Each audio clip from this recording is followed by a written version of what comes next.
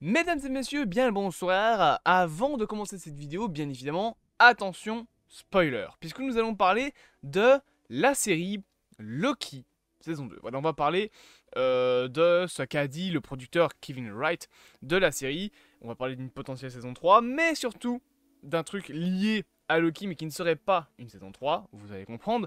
Mais, bien évidemment, je précise, attention spoiler, la série n'est sortie que depuis 2 mois, donc je considère que 2 mois pour une série, c'est pas assez. Pour vous mettre un petit peu en contexte, pour un film, je considère que, on peut dire, allez, 5 mois grand max, pour dire alerte spoiler, parce que le film est encore au cinéma, etc. Ou passer ces 5 mois, je précise plus.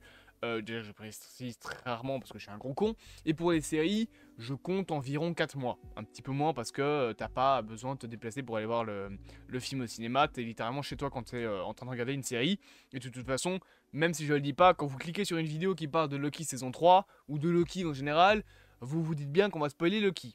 Et nous allons donc aujourd'hui prendre un petit article de The Direct. Voilà, magnifique article. Alors, peut-être un peu grand la fenêtre là. Oula.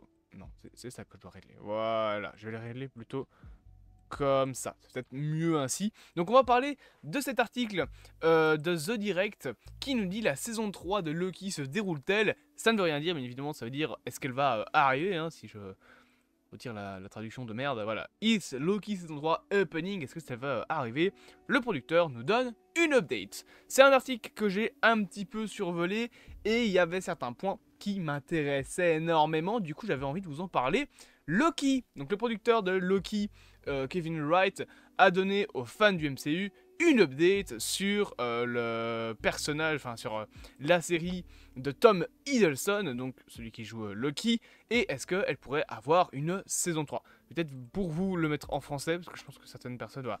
Donc une mise à jour sur la série saison 3, est-ce que la série avec Tom Hiddleston aurait une saison 3.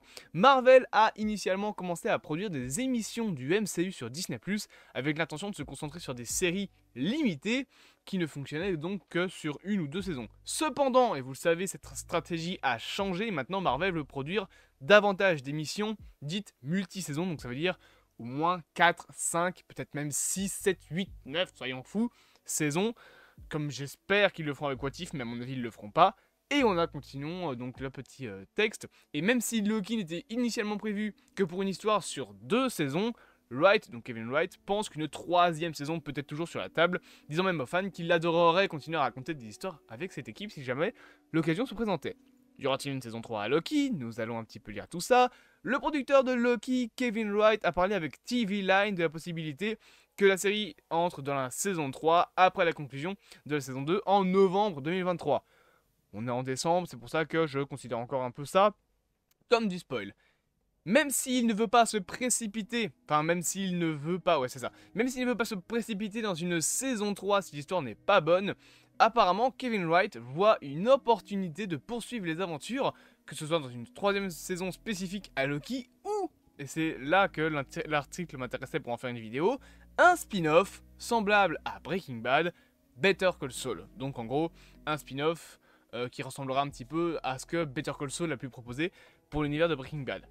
Et on va lire un petit peu ses déclarations, notamment pendant 2 saisons j'ai adoré travailler avec cette équipe, j'adorerais pouvoir continuer à raconter ces histoires avec eux dans ce monde. Je ne pense pas oh là là, j'ai perdu ma ligne. Je ne pense pas qu'aucun d'entre nous ne voudrait un jour se précipiter dans une saison 3 s'il n'y a pas de bonnes histoires à raconter, mais je pense que cette équipe pourrait partir et raconter d'autres histoires. Peut-être que ce n'est pas la saison 3 de Loki, peut-être qu'il y a quelque chose que nous pouvons continuer à faire avec la TVA, c'est comme notre Better Call Saul pour Breaking Bad mais pour Loki, et ce serait cool pour moi. Globalement, un spin-off centré sur la TVA pourrait être en préparation, et en soi, vous allez voir qu'on va en parler juste après, moi ça m'intéresse. Voilà, en plus si ça a plus ou moins la même utilité, on va dire, dans l'univers que Better Call Saul, en tout cas que ce qu'est Better Call Saul pour Breaking Bad, ça peut être très cool. On va continuer. Cependant, Wright a clairement indiqué qu'il ne connaît pas l'avenir de ses personnages dans le MCU, déclarant aux médias que ses premières idées pour la saison 3 étaient que ils disent qu'il aimerait faire avec des nouveaux épisodes, j'ai pas compris là. Déclarant aux médias que ses premières idées pour la saison 3 de Loki étaient qu'ils disent ce qu'il aimerait faire avec de nouveaux épisodes. Je vais essayer de mettre en anglais parce que la traduction elle est claquée. saying what we'll love to do with new episode. Là j'ai pas compris, même en anglais je comprends pas. Bon c'est pas grave, on va passer cette ligne là. Le producteur pense que de nombreux autres cinéastes voudront se joindre à lui pour raconter davantage l'histoire de Loki. Ma souris bouge toute seule, c'est pas grave, j'ai un poltergeist chez moi. Compte tenu de à quel point les gens ont vraiment apprécié cette histoire. C'est vrai que là je le rejoins, Loki ça a été bloqué. Pourquoi j'ai plus mes images?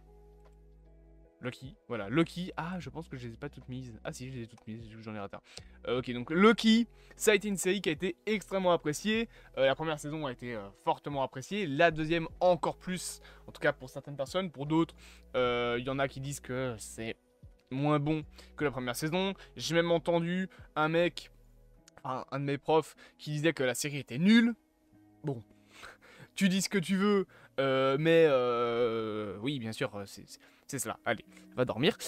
Du coup, non, plus sérieusement, je comprends l'avis de chacun, hein, bien évidemment, mais moi, personnellement, je trouve que la saison est très bonne, qu'elle a une très très bonne conclusion.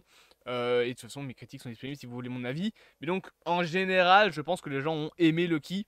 Et on va continuer, bien évidemment, à lire ce qu'il dit, parce que c'est pas fini. Il nous déclare donc, mais je dois penser, vu à quel point les gens ont vraiment apprécié cette histoire, que d'autres cinéastes, blablabla, ça on l'a déjà lu, donc on va pas relire sa citation.